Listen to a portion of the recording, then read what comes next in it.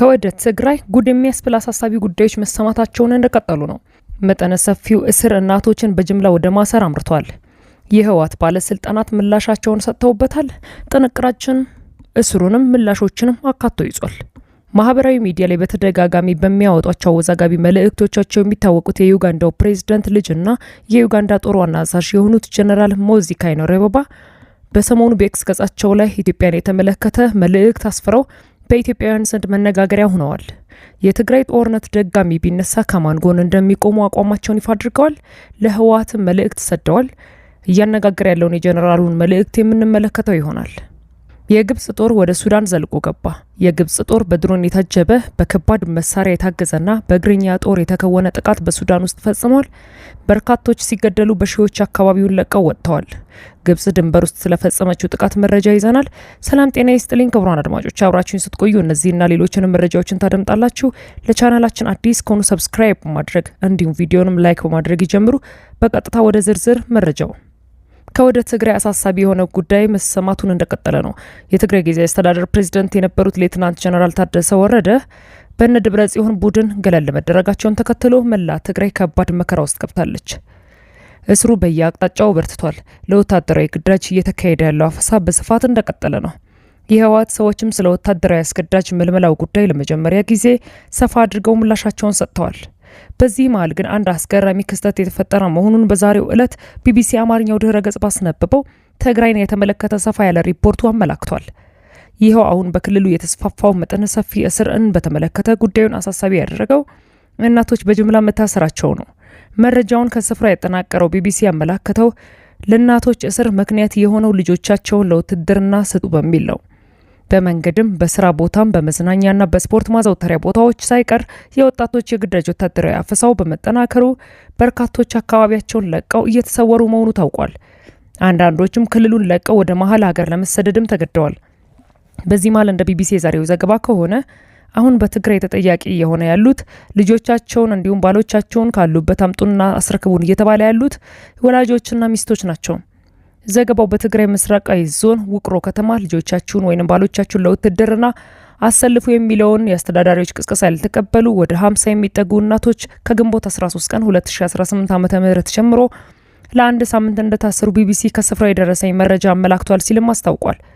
በተለይም በአጋዚ ቀበሌ ወላጆች ስብሰባ ስላለ ወደ ቀበሌ እንድትመጡ የሚል የጥሪ ወረቀት ደርሷቸው ከሄዱ በኋላ ልጆቻችሁን ለውትድርና አሰልፉ እንደተባሉ ነግረውኛል ያለው ቢቢሲ ከታሰሩት እናቶች አንዷ የሆነችው ወይዘሮ ሃንሳ ይህ የሞትና የሽረት ጉዳይ ነው፣ በላተኛ ኃይል እየመጣብን ስለሆነ ለትግራይ የድርሻችሁን አበርክቱ፣ ካሁን በፊት ወደ ውትድርና ያልገቡ ልጆቻችሁን ባሎቻችሁን አሰልፉ አሉን። እኔ ጋር የለም ስላቸው ታመጪዋለሽ ብለው በአጋዚ ቀበሌ ለ8 ቀናት ያህል ቆለፉብኝ ስትልም ትናገራለች። ልጆቻችሁን ባሎቻችሁን አናመጣም ካላችሁ ፍተሻ መደረጉ አይቀሬ ነው ብለውናል። ወላጅ ተጨንቋል፣ ወላጅ ተቸግሯል ስትልም እናቶችና ሚስቶች ያሉበትን አስጨናቂ ሁኔታ በተመለከተ ከደህንነቷ ስጋት ጋር በተያያዘ ለጊዜው ስሟ እንዲቀየር የተደረገችው ወይዘሮ ሃንሳ መረጃውን አድርሳኛለች ብሏል ቢቢሲ። ወጣቶችን የሚመለምለውን እንደዚሁም የተመለመሉትን ተረክበው ወታደራዊ ስልጠና የሚሰጡትንም አካላት አነጋገር ያለው ብሏል። በጉዳዩ በቢቢሲ የተጠየቁት የውቅሮ ከተማ ማዕከል ከንቲባ አቶ ገብረ ሚካኤል ገብረ መድህንና የውቅሮ ወረዳ ስራና ጸጥታ ጽሕፈት ቤት ኃላፊ አቶ ገብረ ሚካኤል ተክላይ ለቀረበው ክስ በመሬት ላይ የሌለ ነጭ ውሸትና የአካባቢውን ገጽታ ለማጠልሸት የሚቀርብ ነው በማለትም ማስተባበላቸውን ቢቢሲ በዛሬው ዘገባው አመላክቷል። የሰሜን ምዕራብ ዞን የሰላምና ጸጥታ ጽሕፈት ቤት ኃላፊ አቶ ተስፋይ አባዲ ወጣቱ ለመመከት እየተዘጋጀ ነው ያለው እውነታ ጠላቶች አሁንም የተለያዩ ትንኮሳዎችን እያደረጉብን የሚገኙ መሆኑን ነው። እስካሁን ተዘግተን በከበባ ውስጥ እንገኛለን። ይህን እየታዘበ ያለው ወጣት እንዳይሞት ራሱን መከላከል ስላለበት ለመመከት ራሱን የማዘጋጀትና የመከላከል ስራ እየሰራ ይገኛል። በግድ ታፈሱ ታፈኑ የሚል ወሬ ግን ሴራ ነው የሚል ምላሽም ለቢቢሲ ሰጥተዋል። የትግራይ ሰላምና ጸጥታ ቢሮ በትግራይ ተመልምሎ ለወጡ ወጣቶች ወታደራዊ ስልጠና እየሰጠ እንዳለና የምልመላው ሂደት ግን በትግራይ መንግስት እንደሚፈጸም ለቢቢሲ ትግርኛ ተናግረዋል። በጉዳዩ ላይ ምላሽ የትግራይ ሰላምና ጸጥታ ቢሮ የጽህፈት ቤቱ ኃላፊ አቶ መብራቱ ኃይሉ በሰጡት ማብራሪያ የሰራዊት ምልመላ የኛ ስራ አይደለም፣ አሁን ከተቋቋመው መንግስት ጋር ተነጋገሩ፣ ወጣቶቹን በየቦታው መልምሎ የሚሰጠን የትግራይ መንግስት ነው፣ ወጣቱ በምን አይነት ሂደት ወደ ወታደራዊ ስልጠና እየመጣ እንደሆነ እኛ አናውቅም፣ ሂደቱ እንዴት እየተካሄደ እንዳለም ራሳቸው ይመልሱት በማለትም ቢቢሲ ምላሻቸውን እንደሰጡት አመላክቷል። ይህ በእንዲህ እንዳለ ማህበራዊ ሚዲያ ላይ በተደጋጋሚ በሚያወጧቸው አወዛጋቢ መልእክቶቻቸው የሚታወቁት የዩጋንዳው ፕሬዝዳንት ልጅና የዩጋንዳ ጦር ዋና አዛዥ የሆኑት ጀነራል ሞዚ ካይሩኔጋባ በሰሞኑ በኤክስ ገጻቸው ላይ ኢትዮጵያን የተመለከተ መልእክት አስፍረው በኢትዮጵያውያን ዘንድ መነጋገሪያ ሆነዋል። በሰሜኑ የኢትዮጵያ ክፍል የጦርነቱ ውጥረት እያየለ ባለበት በዚህ ወቅት ጀነራል ሞዚ ካይሩኔጋባ ጦርነት ቢቀሰቀስ ከማን ጎን እንደሚሰለፉ ነው የገለጹት። በኤክስ ገጻቸው ጀነራሉ ጦርነቱ ቢነሳ ለጠቅላይ ሚኒስትር አብይ አህመድ ወገናለሁ ሲሉ ጽፈዋል። በትግራይ ያሉ ወንድሞቼ ሌላ ጦርነት እንዳታስጀምሩ ለምናቸዋለሁ ያሉት ሞዚ በትግራይ ያሉ ወንድሞቼን በጣም እወዳቸዋለሁ፣ ግን ጦርነት ሰልችቶናል፣ በቅቶናልም ብለዋል። ሞዚ አክለውም ጦርነት ከተነሳ ግን ወንድሜን ጠቅላይ ሚኒስትር አብይ አህመድን እደግፋለሁ ሲሉ አቋማቸውን አሳውቀዋል። ጀነራሉ በማህበራዊ ገጻቸው ያሰፈሩት በትግራይ ክልል ሊፈጠር ስለሚችል የጸጥታ ሁኔታ አጭር መልእክት አነጋጋሪ ሆኗል። የዩጋንዳው ፕሬዝዳንት ዩዌሪ ሙሴቬኒ ልጅና የሀገሪቱ መከላከያ ጠቅላይ ኤታማዦር ሹም ጀነራል ሞዚ ካይሩኔጋባ በቀድሞ የሰሜን ጦርነት ጊዜ ለህወሓት ኃይሎች ያላቸውን ድጋፍ መግለጻቸው ይታወሳል። ጀነራል ሞዚ እንደ አውሮፓ አቆጣጠር በ2024 ወደ ኢትዮጵያ መጥተው ለቀናት ከርመውም ነበር።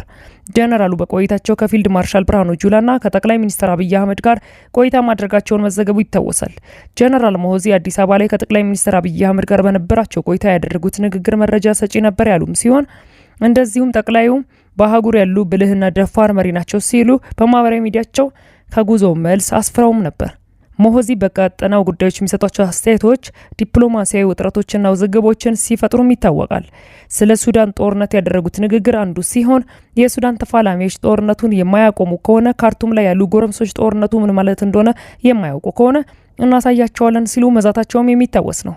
ከዚህ ቀደም ኬንያ ናይሮቢ ጦር ይዘን ለመግባት ሳምንት አይፈጅብንም ማለታቸውም ኬንያንና ዩጋንዳን በዲፕሎማሲ ያፋጠጠ ጉዳይ ሆኖ ለዩጋንዳው ፕሬዝዳንት ሙሴቬኒ ስለ ልጃቸው አስተያየት ለኬንያ ይቅርታ እስከመጠየቅም ደርሰው ነበር።